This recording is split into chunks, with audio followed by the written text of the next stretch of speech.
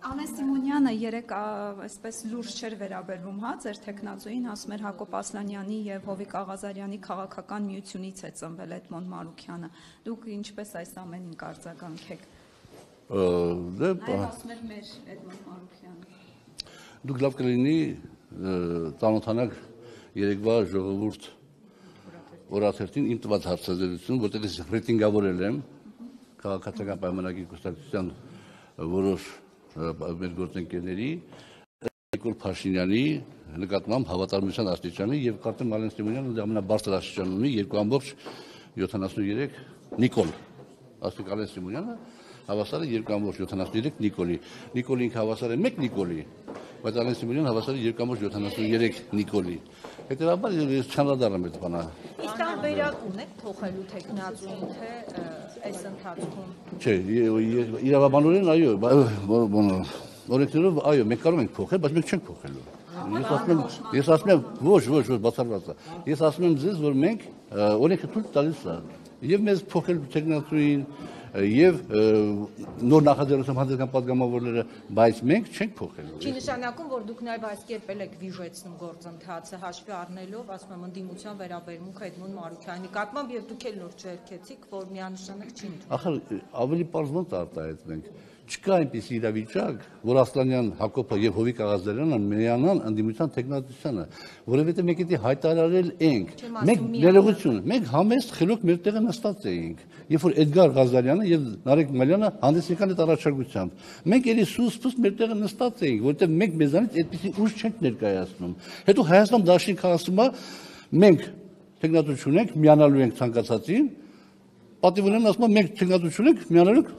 ցանկացածին։ Ես էլ մաթեմատիկայից, տեխնիկական ինստիտուտի տեխնացու եմ, մաթեմատիկայից շատ լավ։ Երբ որ գումարեցի, տեսա 34 է անում։ 34-ին գումարում ես 36, անում է 34-ին գումարում ես 2, անում է 36։ Էդի մաթեմատիկական գիտելիքները հնարավորություն տվեց քաղաքագիտական հանճարեղ քայլ անելու։ Պարոն Աղազարյան, հիմա եթե 30 կներես 36 հոգով Իրանք չեն նայել 36-ը երբեք։ Դուք 36 հոգով ենթադրենք հասակ այդ փուլին, հետո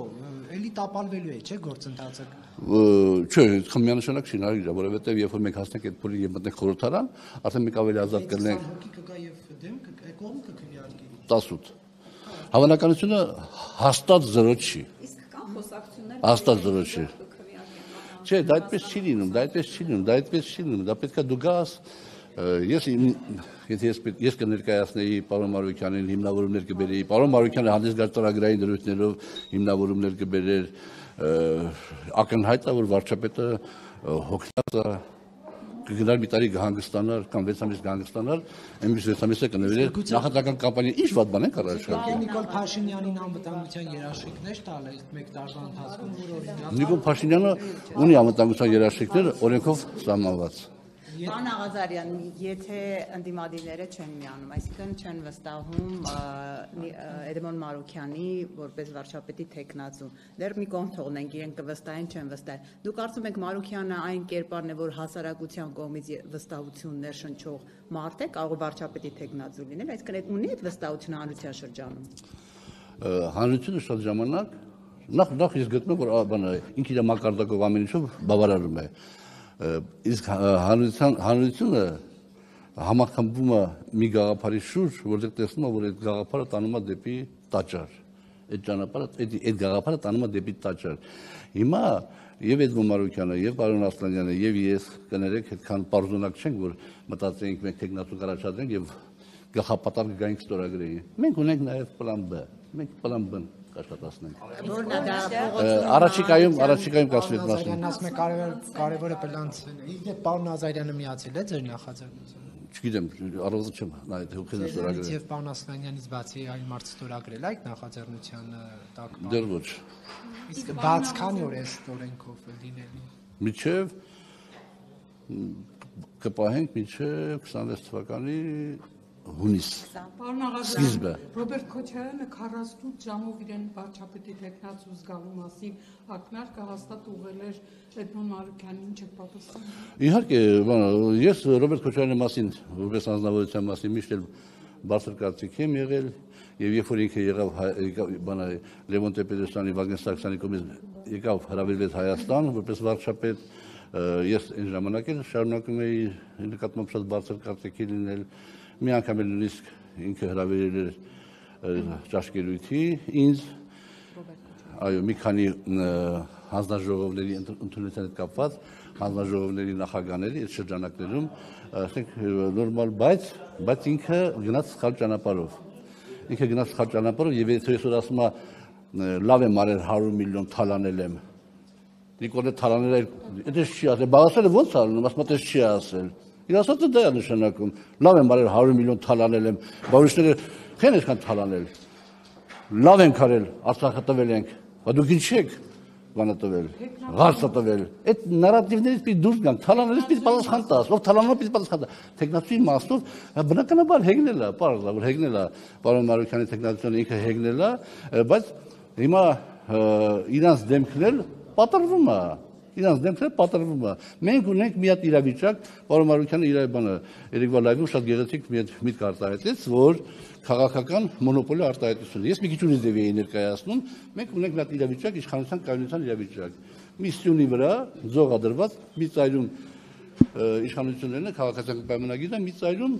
ընդդիմությունը Ռոբերտ Քոչարյանը, Սերժ Սարգսյանը եւ իրանք իրար հավասարակշռում են, իրանք իրար պահում են։ Այս սյունը պետք է տակից հանել, այդ հավասարակշռությունը խախտել, քաղաքական դաշտում գեներացնել որոշ էներգիա եւ Հանող Էդմոն Մարուկյանն է։ Աջան։ Սյունը հանող Էդմոն Մարուկյանն է։ Կարևոր չի թող գահանի, կարևոր է որ հանվի։ Բայց ինչպես ստացվեց, որ դուք գնացիք ու կանգնակ մի մարդու տեխնացիության վրա, որ Նիկոլ Փաշինյանի մոտ աշխատել էր հատուկ հանձնարարություններով դեսպան։ Էդմոն Մարուկյանը երբեք Նիկոլ Փաշինյանի մոտ չի աշխատել, Էդմոն Մարուկյանը աշխատել է Հայաստանի Հանրապետության վարչապետի հետ։ Տրամաբանության բոլորը։ Էդի ձեր հասկանալով է այդպես։ Դուք գիտեք թե ով որ մեկ այդ աշխատում որ պիտի հավերժ իրա ծառանալի կամ հավերժ իրա կամակատար լինի։ Բայց ինչի Լևոն Տեր-Պետրոսյանը այդքան ճանապարհ անցնելով Նիկոլ Փաշինյանը ինչի ասենք դուրս եկավ այդ այսպես կոչված շրջանակներից։ Ոչ մեկը իհարկե ոչ մեկի ծառան չի։ Ես ամբողջ կյանքում երեխա վախտանից ասել եմ, այն որ ես պիտի падգամավոր դառնամ 18 թվականին, դրա էական մեծ նշանակություն ունի Նիկոլ Փաշինյանը, ինչքան ասեցինք, չհոգնեցինք, այդքան բանն ասեցինք, բայց մենք զրո չենք, մենք էլ մեզանից ենք արժեք ներկայացնում, այդ է հարցը, հիմա ինչքան արժեք ենք ներկայացնում, այդքանով արժեք ենք ներկայացնում, այդքանով կարողանում ենք դրսևորվենք, և հետևաբար Նարեկ ջան, որևէ մեկի ծառան չի, այսօր պետական հանցագործություն որ Հայաստան խմբակցությունում եւ պատիվ ունեմ դաշինքում ընդհանրապես կան մարդիկ, անհատներ, որոնք հնարավորություն չունեն իրենց նպաստը բերեն պետության զարգացմանը, իրենց մակարդակով, իրենց գիտելիքներով։ Դա պետական հանցագործություն է։ Մենք այդ ամեն ինչը պիտի ջարդենք։ Պարոն Աղազարյանից կփորձեք հենց կուսակցության լիդերների, քաղաքական լիդերների հետ հանդիպում ունենալ, օրինակ Սերժ Սարգսյանի, Ռոբերտ Քոչարյանի, փորձեք իրենց ստեղծված իրավիճակի լրջությունը բացատրեք։ Մենք ստեղծված իրավիճակի լրջությունը բացատրում ենք ձեր նման կարևորագույն ֆունկցիա կրող սուբյեկտների հետ շփվելով։